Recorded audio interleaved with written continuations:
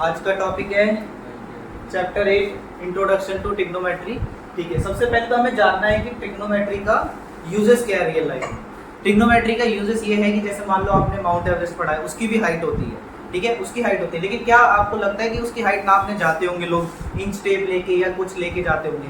नहीं जाते होंगे ना। उसके लिए अब वो लोग ट्रिग्नोमेट्री का इस्तेमाल करते हैं। वो क्या करते हैं, जैसे ये कोई भी पहाड़ है ना, और यहाँ पे कोई है ना पर्सन खड़ा है, तो वो क्या करता है, वो देखता है कि मैं यहाँ टॉप पे देखता हूँ, मैं अपनी नजरों से टॉप पे देखता हूँ, और वो जब टॉप पे देख रहा है तो वो बस ये चेक कर लेता है जमीन से लेके, है ना, यहाँ मैं जब इसे देख रहा हूँ तो मैं कितने डिग्री पे देख रहा हूँ। अगर मान लो 45 डिग्री पे देख रहा है या 30 डिग्री पे, ये आपको पता रहता है हर क्वेश्चन में, ये आप आराम से निकाल सकते हो क्योंकि आप यहाँ जमीन पे हो, लैंड पे हो, है ना।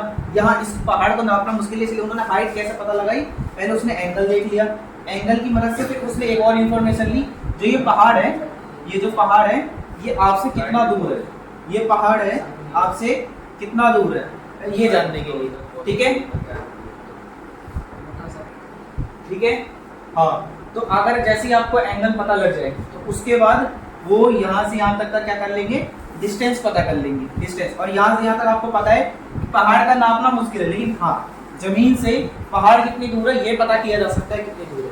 और जब ये पता किया जा सकता है तो इसके बाद आपको ट्रिग्नोमेट्री का साइन कॉस इन सब का फॉर्मूला लगा के बेस परपेंडिकुलर की मदद से, जो कि हम इस चैप्टर में सीखेंगे कैसे करेंगे, हम किसी भी चीज की हाइट पता कर सकते हैं, है ना।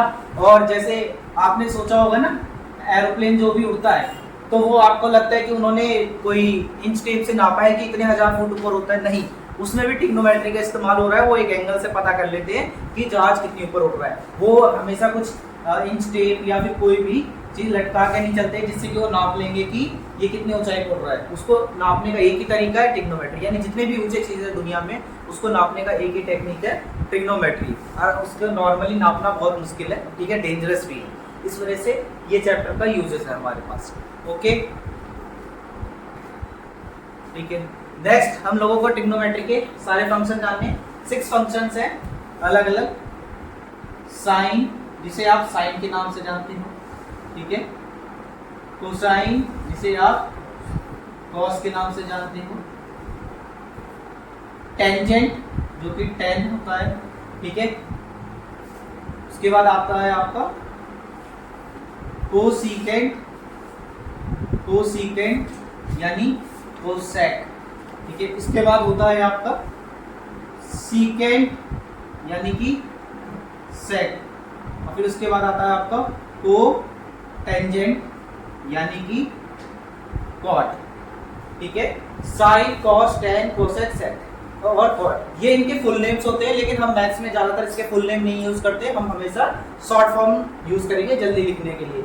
Sign cos tan cosec sec cot, इनके अपने फॉर्मूले हैं जो आपको याद करने हैं, ठीक है। देखिए, इसका फॉर्मूला है P अपॉन H, कॉस का फॉर्मूला है B अपॉन H, टेन का फॉर्मूला है P अपॉन B, कोसेक का फॉर्मूला है, ठीक है, जो इसका फॉर्मूला है साइन का, इसका उल्टा कर दो यानी H अपॉन P। यहाँ से जो भी फॉर्मूला याद करोगे उसके उल्टे करते चलिए। सेक का क्या फॉर्मूला होगा, H अपॉन B, कॉट का क्या फॉर्मूला होगा, B अपॉन P। यानी आपको क्या याद करना है, 3 याद कर लो, बाकी के 3 रिवर्स होते जाएंगे। इसका जो रिवर्स करोगे तो कोसेक मिलेगा, इसका रिवर्स करोगे तो सेक मिलेगा, इसका रिवर्स करोगे तो कॉट मिलेगा, ठीक है, ये नोट कर लो।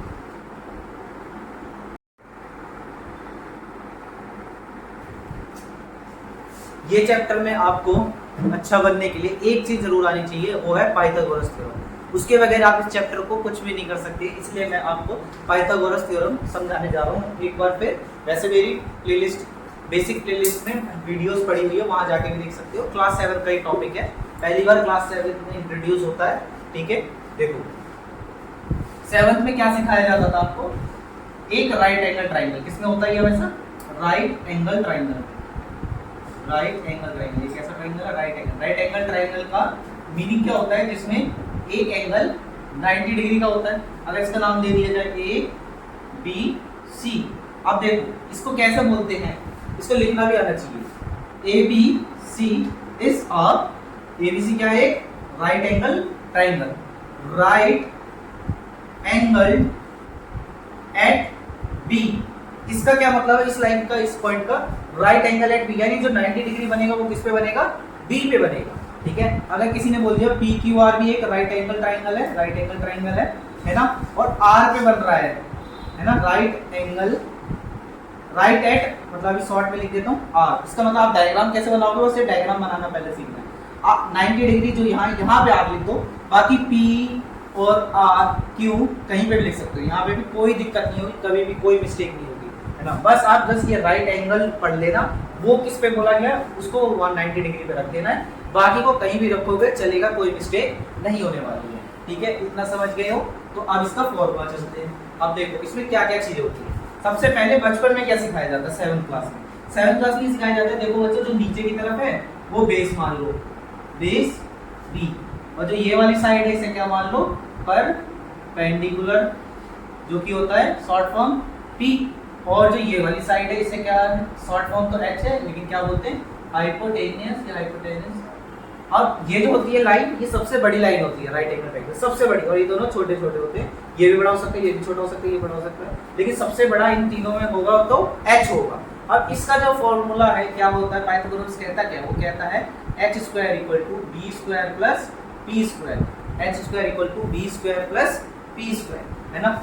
ये होता है फॉर्मूला कि अगर आप इस साइड का नाप चाहते हो, वैल्यू चाहते हो यहाँ से लेके यहाँ तक, तो वो निकालने के लिए आपको क्या करना होगा, इसका स्क्वायर करो और उसको बराबर रख दो इसके स्क्वायर से और इसके स्क्वायर से। ठीक है, अब इसको लिखना भी आना चाहिए आपको, कैसे, एबीसी की फॉर्म में, कई बार इसे एबीसी की फॉर्म में लिखना पड़ता है। देखो अभी के लिए h हमारा ये है, तो h कौन सी लाइन को रिप्रेजेंट कर रहा है, AC। ठीक है, AC का स्क्वायर, b हमारा किसको कर रहा है, BC को, BC का स्क्वायर, p हमारा कर रहा है AB को, बस ये लिखना आना चाहिए अभी के लिए आपको। ठीक है, अब इसमें मैं आपको कुछ क्वेश्चंस करके दिखाऊंगा अलग अलग। ठीक है, ये नोट कर लेंगे सभी चीज। अब हम पाइथागोरस थ्योरम के तीनों केस करेंगे, जिसमें ए बी बी सी और ए सी तीनों को समझेंगे। देखो पाइथागोरस थ्योरम में इसमें आपको कभी दो आंसर देते हैं, फॉर एग्जांपल आप ये दे देते हैं, ये 3 सेंटीमीटर का है और ये 4 सेंटीमीटर का, 3 में से 2 देंगे, यानी आपको एक निकालनी पड़ेगी। अगर आप ध्यान से देखो, यानी आपको ए सी निकालना है, तो यहाँ से हिसाब से एच निकालना है, बी पी दिया हुआ है, ए सी का स्क्वायर कुछ नहीं है तो छोड़ दो, बी सी का स्क्वायर है 4 का स्क्वायर, ए बी का स्क्वायर 3 का स्क्वायर, ए सी का स्क्वायर 4 का स्क्वायर 16, 3 का स्क्वायर 9, ए सी का स्क्वायर 25, ए सी। अब ये जो स्क्वायर है ये उधर भेजने के बाद ये इस तरीके से बन जाता है रूट। ठीक है, इसका क्या मतलब होता है, इसका मतलब ये होता है कि 25 एक ऐसा नंबर होता है जिसको दो सेम नंबर मल्टीप्लाई करके 25 आ जाए, मतलब 5 मल्टीप्लाई बाय 5, सेम नंबर है और 25 ही आना चाहिए, स्क्वायर बोल रहा है, स्क्वायर आना चाहिए आपको ये, तो 5 सेंटीमीटर। तो AC का कितना आंसर आया, 5 सेंटीमीटर। पाइथागोरस थ्योरम को इस तरीके से यूज करना है आपको। अब वो कोई भी साइड गायब कर सकते हैं। फॉर एग्जांपल अब मैं इसी केस में कुछ और आंसर लेता हूँ, ये क्वेश्चन नंबर 1 हो गया। ठीक है, फॉर्मूला यही रहेगा, डायग्राम यही रहेगा, बस क्वेश्चन में चेंज आ जाएगा।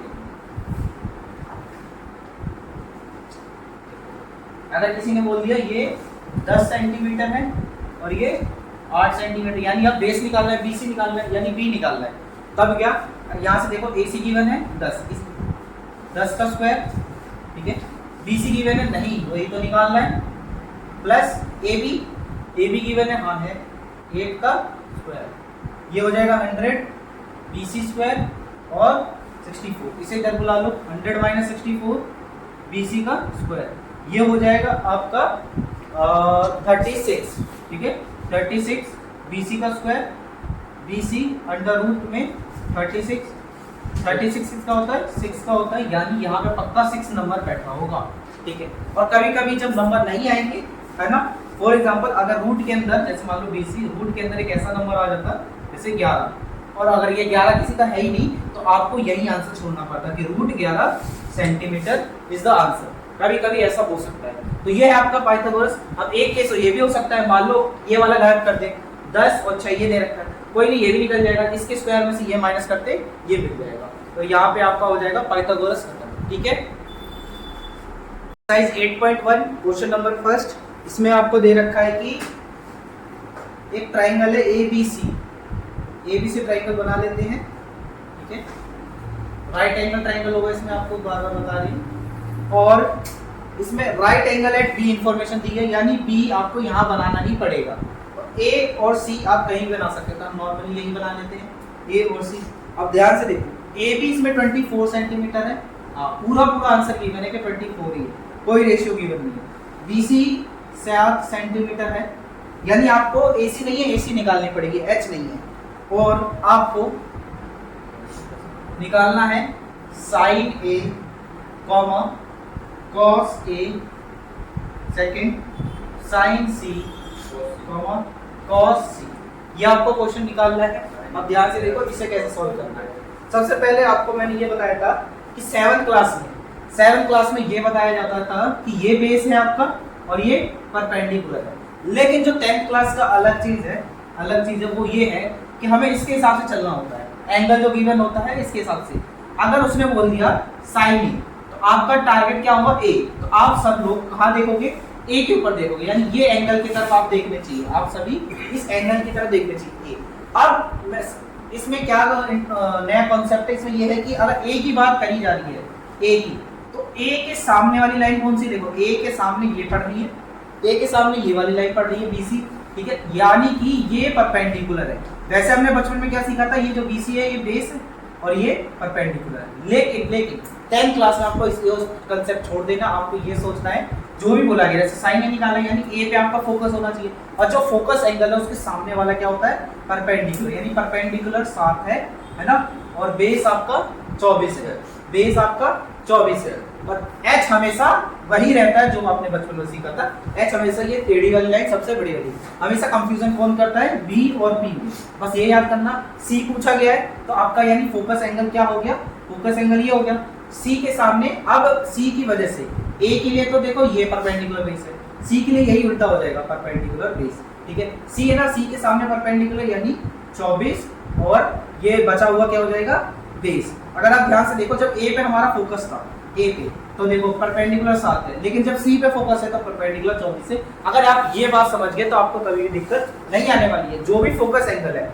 ए है, ए के सामने वाली लाइन पी है परपेंडिकुलर, ठीक है, बचा हुआ बेस। अब इसे सॉल्व कैसे करना है आइए देखते हैं, ठीक है। सबसे पहले आपको इसमें पाइथागोरस लगाना होगा, h² = b² + p²। h² की जगह क्या पे डालना होगा, ac का स्क्वायर, b की जगह। अब देखो नॉर्मली आप इसे इस तरीके से ना करें कि डायरेक्ट कर लेते हैं ac का स्क्वायर, क्योंकि हम ऐसे डायरेक्टली नहीं बोल सकते किसी को ये बेस है, या हम नॉर्मल नाम में करते हैं, इसलिए नाम में करना जरूरी है। ab का स्क्वायर और bc का स्क्वायर, इन दोनों को जोड़ के ये आता है। ac का स्क्वायर नहीं मालूम है हमें, है ना, ab का स्क्वायर 24, ठीक है, bc का स्क्वायर 7। अब आपको जितने ज्यादा अच्छे से याद होंगे उतना फायदा मिलेगा। 24 का स्क्वायर होता है 576 और इसका 49, तो ac का स्क्वायर कितना हुआ, ठीक है, 9 6 15, 7 + 4 11 12 और ये 6 to 5, यानी AC का आंसर कितना आने वाला है 6 to 5। AC का आंसर आना है 25 सेंटीमीटर, 25 सेंटीमीटर, ठीक है, ये आ गया। अब बस अब इसका आंसर देना बहुत इजी है। पहले का आंसर निकालें, साइन ए यानी आपको क्या करना पड़ेगा, परपेंडिकुलर अपॉन हाइपोटेन्यूज। अब ए के हिसाब से यानी ए ये रहा, ए के हिसाब से परपेंडिकुलर क्या है 7, ठीक है, और बेस क्या है 24, ठीक है।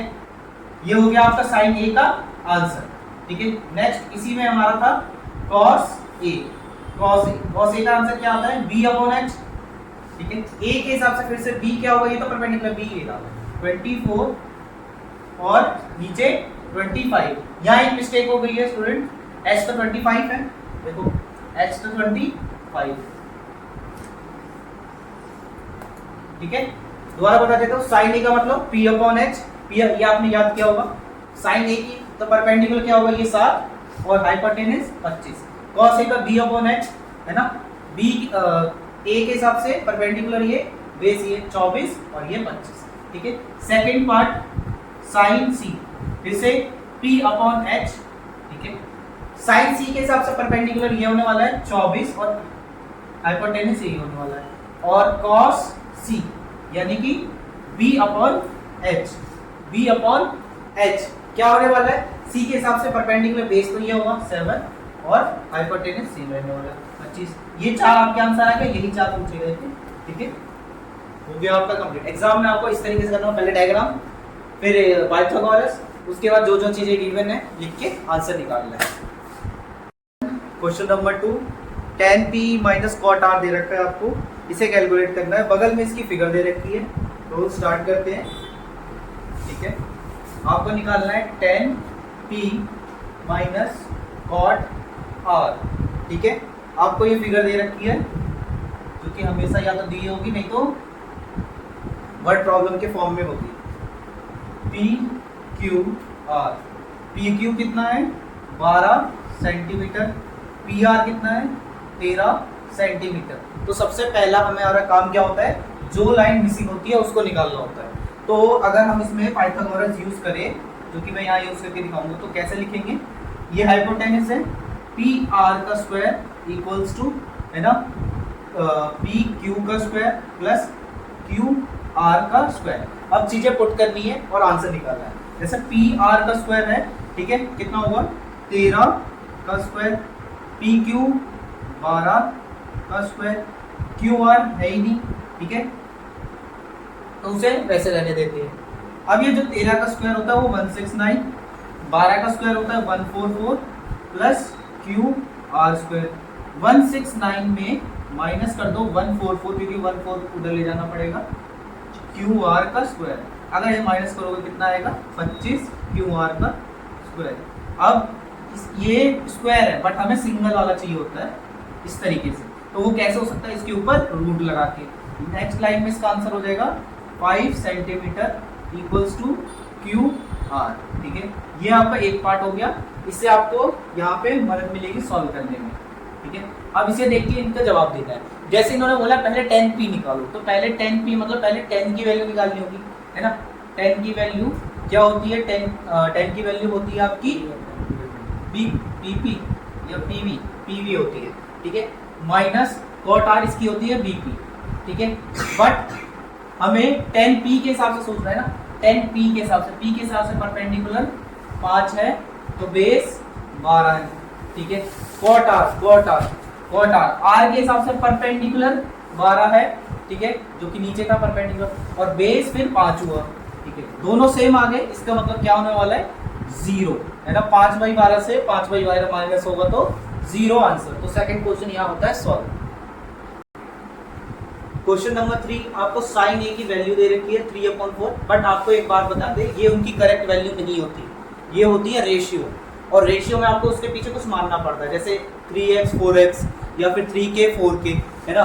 कई बार मिस्टेक ये हो जाती है, आप करते तो सही हो बट आप लोग इसे 3 मान लेते हो। जैसे इसका जो भी फॉर्मूला आने वाला परपेंडिकुलर h, तो आप मान लोगे कि ये 3 है लेकिन 4 है, लेकिन आपको सही में बताए तो ये ना ही 3 है ना ही 4 है, ये रेशियो है, मतलब काट के, मतलब ये कुछ भी हो सकता है। फॉर एग्जाम्पल है ना 9/12 भी हो सकता है, जैसे 3 3 जा 3 4 जा, ये जो काट के आंसर आया ये दे रखे हैं, तो ये रियल आंसर नहीं है ना। अभी तक के क्वेश्चन में क्या हो रहा था, आपको क्या मिल रहे थे, ये 12 ये लिख के मिले हैं ना, ये पूरे परफेक्ट आंसर दे रखे थे, तब आप कर सकते हो। याद रखना ये रेशियो का, तो इसमें k लेना पड़ता है इसके पीछे। ठीक है, अब इसे स्टार्ट करते हैं question. For example sine a का मतलब है p/h, और ये 3 4, तो लेकिन हमें ऐसे लिखना होगा, जैसे 3k और 4k। ठीक है, 3k और 4k। अब यहाँ लिखो h² = b² plus p²। h² की जगह क्या पुट होगा 4k का स्क्वायर। ठीक है, और b² का क्या पुट होगा, है ही नहीं p² का क्या पुट होगा 3k का स्क्वायर। जब भी इस तरीके का क्वेश्चन आए तो यानी आपको इसके पीछे k लगा देना, बस कुछ नहीं, बाकी सारा सेम प्रोसेस। ये 16k² हो जाएगा, ये b², ये हो जाएगा 9k²। इधर ले आते हैं 16k² के पास 9k² को, तो यहाँ बचेगा b²। 16 में से 9 गया, 16 में से 9 गया तो आपका आएगा 7k² = b²। अब b पे से स्क्वायर में हटाऊंगा तो इनके ऊपर रूट लगाना पड़ेगा। अब याद रखना रूट से स्क्वायर कैंसिल हो जाता है, तो k तो बाहर आ पाएगा, k तो बाहर आ जाएगा हमारा, लेकिन 7 रह जाएगा, 7 बाहर हमारा नहीं आ पाएगा। 7 बार हमारा नहीं आ पाएगा, यानी बी का आंसर क्या है √7k। यानी जहां कहीं भी बी आपको दिखाई देता है तो आपको √7k लिखना है। अब हम आंसर निकालते हैं इस तरीके से, वैसे cos a, वैसे क्या फॉर्मूला होता है b/h, यही फॉर्मूला होता है b/h। ए के हिसाब से आपको सोचना है, ठीक है, ए के हिसाब से इसका डायग्राम क्रिएट कर लेते हैं ताकि हमारे को आसानी हो, ठीक है। वैसे सब कुछ ए में है ना, तो फिर आपको सोचने की जरूरत नहीं है ना, मैंने अभी ध्यान दिया ये ए में आंसर गिवन है और पूछे भी गया किसमें, ए में, तो बिना डायग्राम बनाए किया जा सकता, मतलब हमें को चेंज करने की जरूरत नहीं होगी, देखने की जरूरत नहीं होगी। और इसके सामने वाला ये है क्योंकि ए के हिसाब से अगर यहाँ चेंज होता तो प्रॉब्लम हो जाती, ए है तो साइन बी या साइन कॉस बी या कॉस सी पूछ रहे तब दिक्कत होती है, लेकिन सब कुछ ए में कोई दिक्कत नहीं होनी है। तो देखो कैसे करेंगे, कॉस ए यानी बी क्या है ये √7k/h, h क्या है 4k, ठीक है।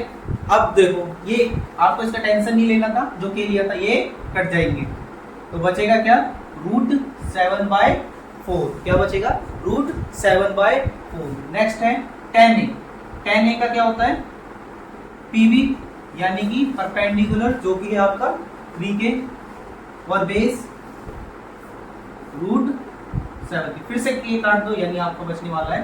तो इस तरीके से आपको ये वाला क्वेश्चन एग्जाम में करना होगा with the help of k का इस्तेमाल जरूरी है। नेक्स्ट क्वेश्चन है आपका क्वेश्चन नंबर 4, ठीक है। इसमें आपको 15 cot a 8 के बराबर दे रखा है, आपको निकालना है sin a और sec a। तो देखो पहले ये अजीब सी फॉर्म आपको दिखाई दे रही है, इसे ऐसा फॉर्म में बनाओ जो आपको देखने की आदत है। इसको इस तरीके से कर सकते हैं, cot a ये 15 नंबर है, इसको यहाँ बुला लो नंबर के पास, ये 15 के साथ मल्टीप्लाई में तो यहाँ जाके डिवाइड में आएगा, ठीक है। अब cot a का फॉर्मूला लगा लो, cot a किसको बोला जाता है b/p को, ठीक है। और ये इसको ले लो 8k 15k, ठीक है, 8k 15k। अब यानी फिर से आपको क्या यूज करना होगा, ठीक है, सारे सेम फॉर्म में चल रहे ए, तो फिर हमें डायग्राम बनाने की कोई जरूरत नहीं है, ठीक है। अब h स्क्वायर है ही नहीं, b स्क्वायर जो कि है हमारा 8k का स्क्वायर, p स्क्वायर हमारा 15k का स्क्वायर, h स्क्वायर ये हो जाएगा 64k स्क्वायर, ये हो जाएगा 225k स्क्वायर, ठीक है।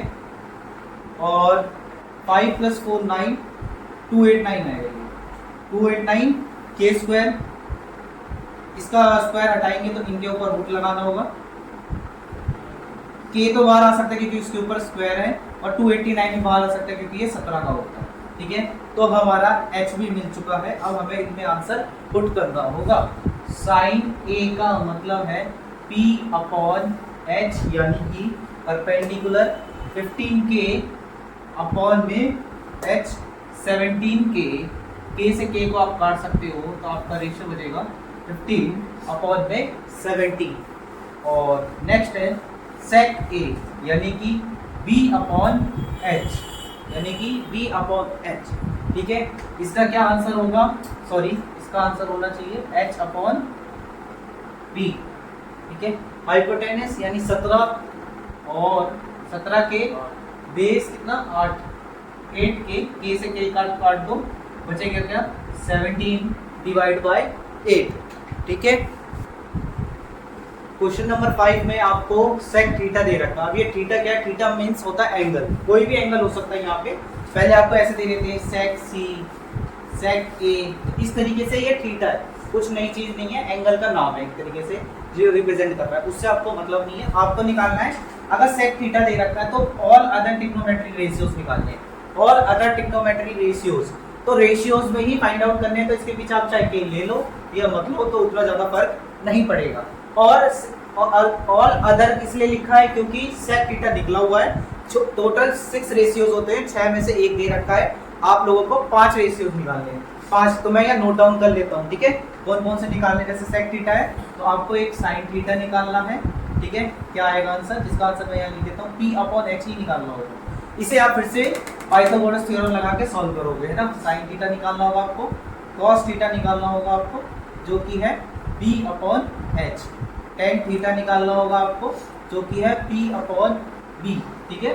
सेक दे रखा है कोसेक, ठीक है, कोसेक थीटा ठीक है, और ये है आपका h अपॉन p और लास्ट आपका cot थीटा जो कि होगा आपका b अपॉन p, ठीक है, b अपॉन p। अब ये सारे निकालने हैं इसका फॉर्मूला लगा के, यहां से आपको मिल जाएगा जो भी, ये करके आपको ये सारा, बाकी ये पार्ट आप होमवर्क में करना, ये सारे के सारे पार्ट कैसे निकलेंगे, ठीक है, ठीक है। ये क्वेश्चन नंबर है आपका, बताना क्वेश्चन नंबर। नेक्स्ट है क्वेश्चन नंबर 6, इसमें आपको angle A angle B are acute angles दे रखे हैं, ठीक है, और सच दैट cos ए और cos बी, मतलब ये आपको गिवन है, इसके हिसाब से आपको चलना है, और cos ए और cos बी, ठीक है, then so that angle A equal to angle B, आपका एंगल ए एंगल बी के बराबर प्रूव करना होगा, ठीक है। तो ये समझना होगा कि एक्यूट एंगल्स क्या होते हैं। कई बार क्वेश्चन करा देते हैं टीचर, लेकिन ये नहीं बताते एक्यूट एंगल्स क्या होते हैं, इस वजह से समझ ही नहीं आता बच्चों को। आपको पता है एक राइट एंगल बनाया जाता है तो उसमें एक 90 डिग्री का होता है ना, जिसे जैसे मान लो ए बी सी है, तो मैंने उस दिन भी बताया था कि ये क्या लिखेंगे कि ये राइट एंगल एट बी है, राइट एंगल एट बी है, मतलब ये 90 डिग्री का है, और एक्यूट का मतलब होता है 90 डिग्री से छोटा, ठीक है, स्मॉलर, 90 डिग्री से छोटे एंगल। अब आपको पता है ट्राइंगल होता है, उसमें सारा जोड़ के कितना आता है 180, 180 में से इसने 90 ले लिया, तो इन दोनों के लिए कितना बचा 90 बचा, यानी इतना तो बात प्रूव होगी कि ये दोनों 90 से छोटे होंगे, तभी कुछ ना कुछ मिलेगा, कुछ भी हो सकता है, 60 से मिल जाए, है ना, 30 से मिल जाए, 45 से मिल जाए, 45 से मिल जाए, वो बात की बात है, लेकिन इतना हमें पता लग गया ए और सी दोनों के दोनों 90 से छोटे होने वाले हैं, और अगर ये 90 से छोटे होने वाले हैं, इस वजह से ये क्या होते हैं एक्यूट एंगल्स। तो ये क्यों दिया गया है क्वेश्चन में, क्यों बोला गया एक्यूट एंगल्स, ये इसलिए बोला गया क्योंकि इन्होंने ये कहीं नहीं लिखा ना कि कौन सा राइट एंगल है ना, कौन सा राइट एंगल है, ये इसलिए नहीं लिखा गया, इसलिए बोला ए और बी एक्यूट एंगल्स, यानी जो राइट एंगल को छोड़ के बचे हुए एंगल है वो ए और बी है, यानी बचा हुआ एंगल आप सी ले सकते हो, बस ये इसलिए दिया था ताकि आपका डायग्राम सही से बन जाए, क्योंकि अगर आपने डायग्राम खराब कर दिया तो आपका आंसर इसमें नहीं आएगा, है ना। तो डायग्राम इसके हिसाब से, जैसे पहले हम डायग्राम बनाएंगे, हमने ये पढ़ा क्वेश्चन ए और बी एक्यूट एंगल्स, तो मैं कहीं पे भी चाहे ए बी ऐसे लिख दूं या ए बी ऐसे लिखूं, कोई फर्क नहीं पड़ेगा, ठीक है, ए बी लिख दिया तो लास्ट में आप अपनी तरफ से सी डाल दो, ठीक है, ए बी सी। अब इसे सॉल्व करो, ठीक है, कैसे, गिवन क्या है, जो गिवन है उससे स्टार्टिंग करते हैं, cos ए cos बी के बराबर दिया हुआ है, ठीक है, cos ए cos बी के बराबर दिया गया है, cos ए का फॉर्मूला होता है, cos ए का फॉर्मूला या cos का फॉर्मूला होता है, यहाँ लिख देता हूँ मैं से b अपॉन h। अब cos ए की बात हो रही है, यानी फोकस एंगल ए है, फोकस एंगल ए है ना, फोकस एंगल ए है, तो उसके सामने वाला परपेंडिकुलर है, यानी बचा हुआ बेस है, तो यहाँ आएगा AC, ठीक है, और नीचे तो h लिखना है, जो कि h तो फिक्स होता है, यानी AB, ठीक है।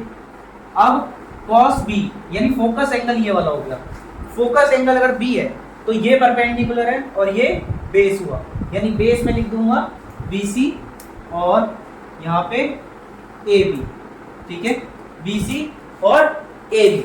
अब इसका क्या मतलब है, देखो इसको हम कैंसिल कर सकते हैं, इक्वल्स टू में डिवाइड में दोनों तरफ, है ना, तो आपका बचेगा AC बराबर BC, AC कैंसिल करने के बाद AC यहाँ से बचा, BC यहाँ से।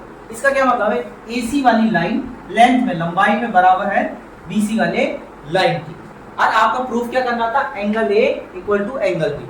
अच्छा, कभी भी एक ट्राइंगल के अंदर दो एक साथ अगल बगल वाली लाइन सेम आती है, मतलब इस तरीके की कंडीशन बनती है, ये लाइन सेम है, तो उनके सामने जो ये दोनों एंगल बन रहे हैं वो ऑटोमेटिकली ही इक्वल होते हैं। और ये क्यों होता है, क्योंकि वो आइसोसेलेस ट्राइंगल बन जाता है, और आइसोसेलेस ट्राइंगल के ये वाले एंगल्स इक्वल होते हैं। और इसको अगर लिखना चाहो तो इस तरीके से लिखो, पहले तो आप लिख दोगे एंगल ए बराबर हो जाएगा एंगल बी के, और लिखना होगा आपको ऐसे एंगल्स, ठीक है, एंगल्स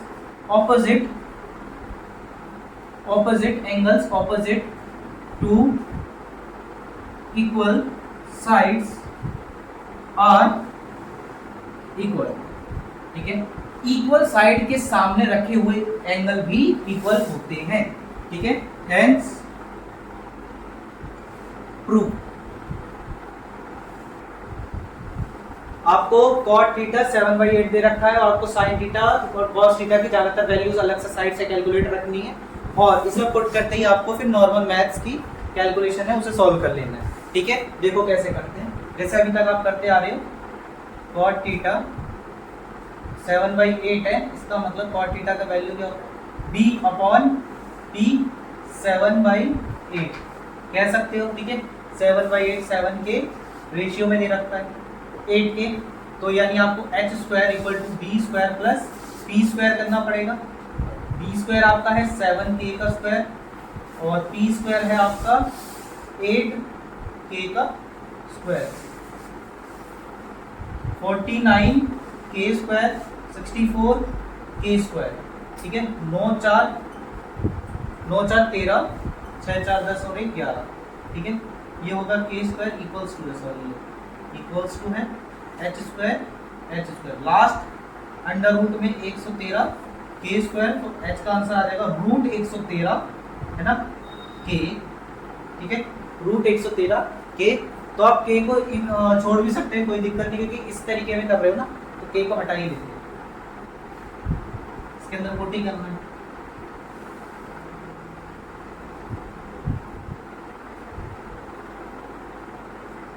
से भी हटा देते हैं। ओके, या अंडर रूट में लगा के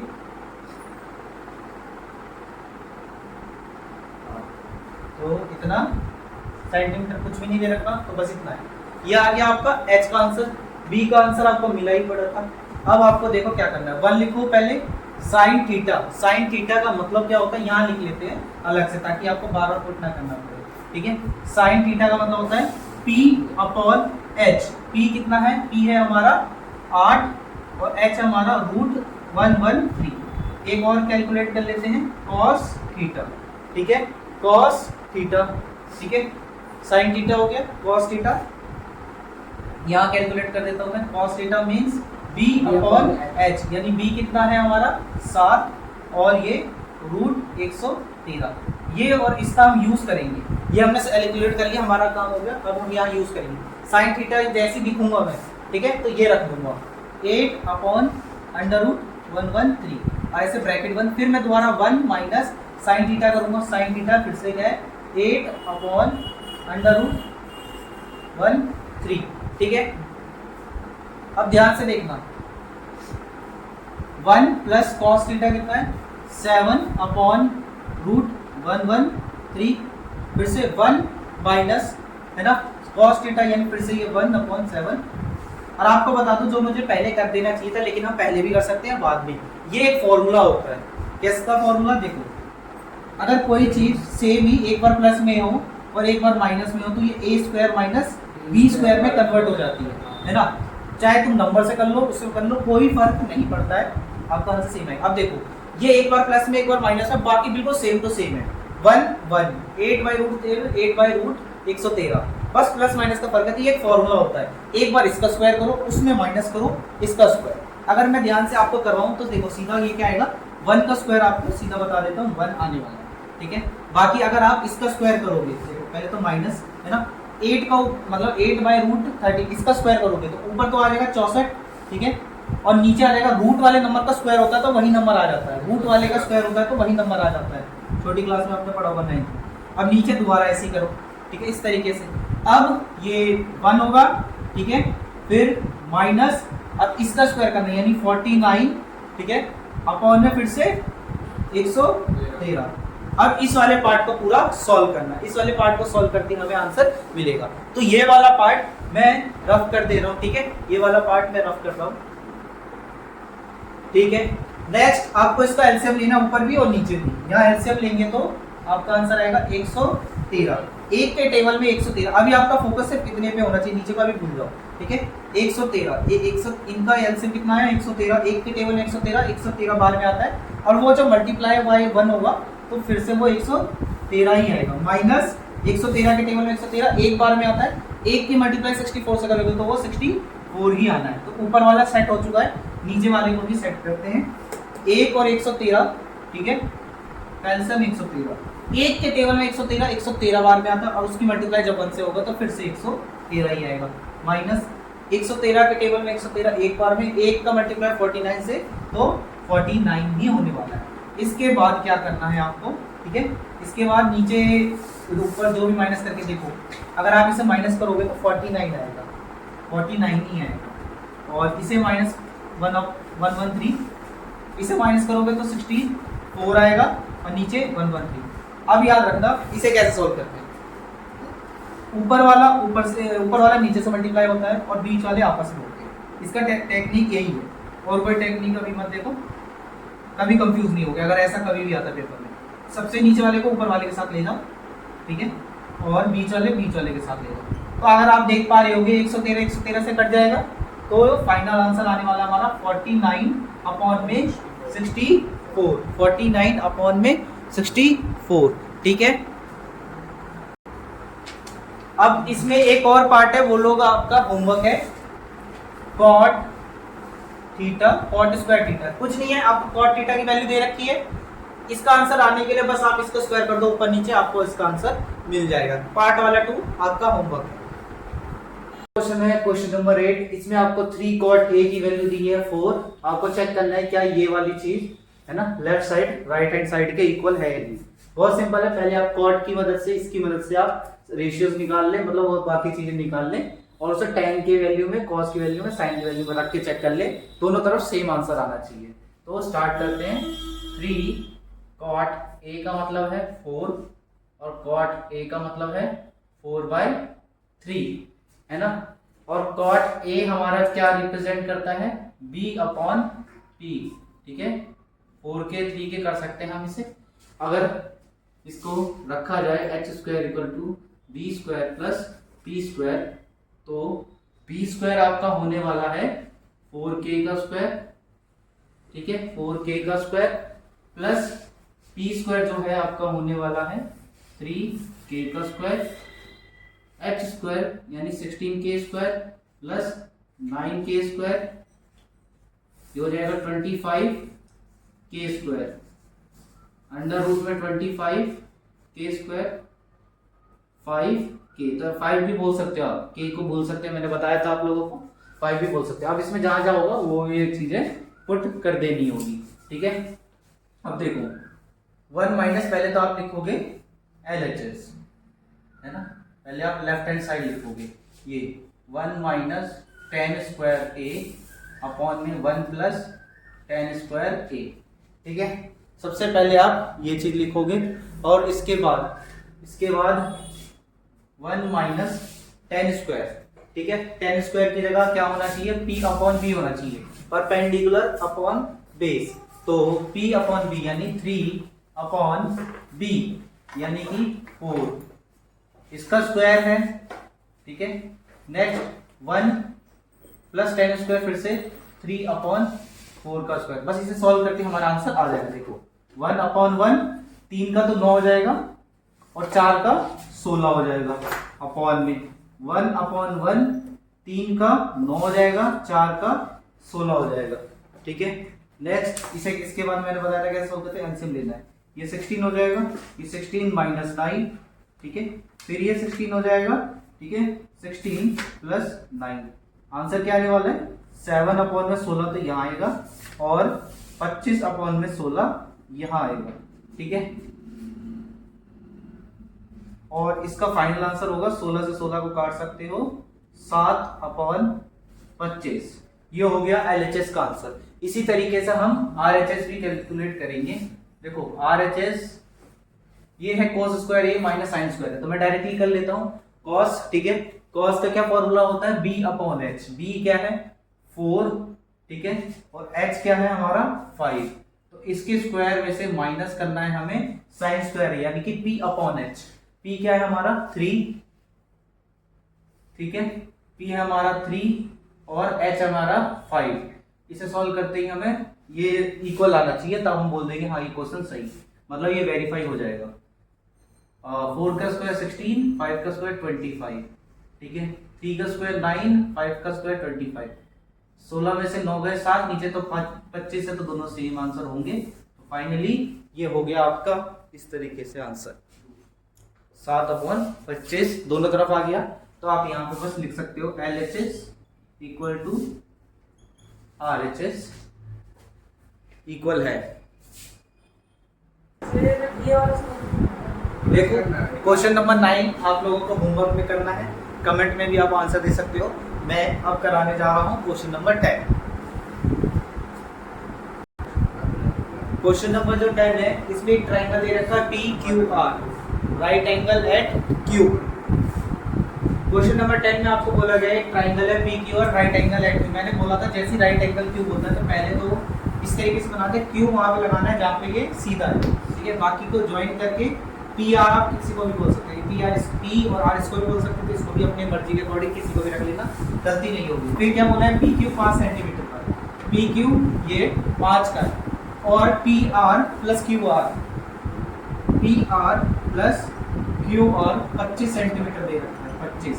यानी आपको ये नहीं पता है और ये नहीं पता कितने का है, तो इसको सॉल्व करने के लिए आपको क्या करना पड़ेगा, PR को यही रहने दो और 25 में से माइनस कर दो QR, ठीक है। ये QR यहाँ चला जाएगा, ठीक है, ताकि हम एक फॉर्म में होगा। इसका क्या क्यों किया ये आपको क्वेश्चन में पता लगेगा, ठीक है। अब देखो हमें यूज करना है, हमें तो वैसे sin p cos p और tan p सेम वैल्यू चाहिए सब में, है ना। तो ध्यान से देखेंगे, अब वैल्यू निकालने के लिए हमें थोड़ी सी मेहनत करनी पड़ेगी। यूज करेंगे पाइथागोरस थ्योरम। पाइथागोरस थ्योरम क्या कहता है, PR का स्क्वायर इक्वल टू PQ का स्क्वायर प्लस QR का स्क्वायर। PR की जगह हम इसको रिप्लेस कर सकते हैं, इसको 25 माइनस QR को, 25 माइनस QR को, ठीक है। बचा क्या, PQ का स्क्वायर जो कि है 5, यहाँ पे मैं 5 रिप्लेस कर देता हूँ, और QR तो QR है। आप इसे कैसे सोल्व करते हैं, ये A माइनस बी के होल स्क्वायर में टूटेगा, वो क्या होता है A माइनस बी का whole square, A square plus B square minus 2AB, ठीक है, माइनस 2AB। ये हो जाएगा आपका 625, ये हो जाएगा आपका QR स्क्वायर, ठीक है। और इसके बाद आएगा आपका 2 मल्टीप्लाई ये यानी 50QR, ठीक है। इसके बाद आने वाला है आपका 25 प्लस QR स्क्वायर। आप QR से QR काट सकते हो, आप QR से QR स्क्वायर से QR स्क्वायर काट सकते हो। बचेगा क्या, 625 प्लस 50QR। जिन बच्चों को नहीं पता लग रहा 50QR क्यों आते हैं उनका, यानी इनको ये सॉल्व करना नहीं आता है, कैसे सॉल्व करते हैं। 2 मल्टीप्लाई A यानी 25 मल्टीप्लाई B QR, ठीक है, यानी 50QR, ऐसे आया 50QR। अब यहाँ पे रखेंगे 25, है ना। अब ये माइनस 50QR को, एक सेकंड, ये माइनस का होगा आपका, क्योंकि माइनस का फॉर्मूला है, माइनस का सिंबल आता है, बस। तो आप हो गया हमारा सॉल्व। 50 को उधर बुला लेते हैं और 25 को इधर बुला लेते हैं, तो उधर माइनस 50 जाके हो जाएगा प्लस का, क्योंकि इसके आंसर हमेशा प्लस में आते हैं, माइनस में नहीं आएगा, गड़बड़ हो जाएगी अगर माइनस में आ रहा। तो अब मैं ये वाला पार्ट रफ कर देता हूँ कि मुझे बता रहा था नहीं, यहाँ से ये क्या किया, ठीक है। अब 625 माइनस 25 600 अपॉन में 50QR, और QR का आंसर मिल जाएगा हमें 600 अपॉन में 50। एक जीरो से एक जीरो कैंसिल कर देना, 5 के टेबल में 60 आता है 12 आता है, तो हम बोल सकते हैं कि ये 12 सेंटीमीटर का। और आपको पता है अगर ये 12 का है और दोनों मिला के 25 का, जैसे आप देख रहे हो, तो PR का भी आंसर मिल जाएगा 25 माइनस QR का आंसर मिल जाएगा आपको, QR का 12 तो 13 सेंटीमीटर इसका आ जाएगा। अच्छा जब ये मिल गया तब इसकी आंसर बताने में क्या ही तकलीफ है। देखो साइन P, अब आपको पता है साइन P आता है, साइन P ये रहा, है ना। साइन P की वैल्यू P अपॉन है, सामने परपेंडिकुलर 12 अपॉन 13। फिर है cos P, cos P का क्या होता है B अपॉन H, यानी कि 5 अपॉन 13। और लास्ट है tan P, यानी P अपॉन B होता है, P अपॉन B होता है, परपेंडिकुलर अपॉन में B, यानी 12 अपॉन 5। तो ये आपको इस तरीके से पेपर में अगर आप नहीं करते तो आपको पूरे नंबर नहीं मिलेगा। अगर आप डायरेक्टली दिमाग लगा लेते हो 12-13 लिख लूंगा मैं, और मेरे को आप, क्योंकि आप ये एक तरीके से इसको रट्टा मार लेगा, लेकिन आपको ऐसे शो करके दिखाना पड़ेगा एग्जाम में, तभी वो मानेंगे।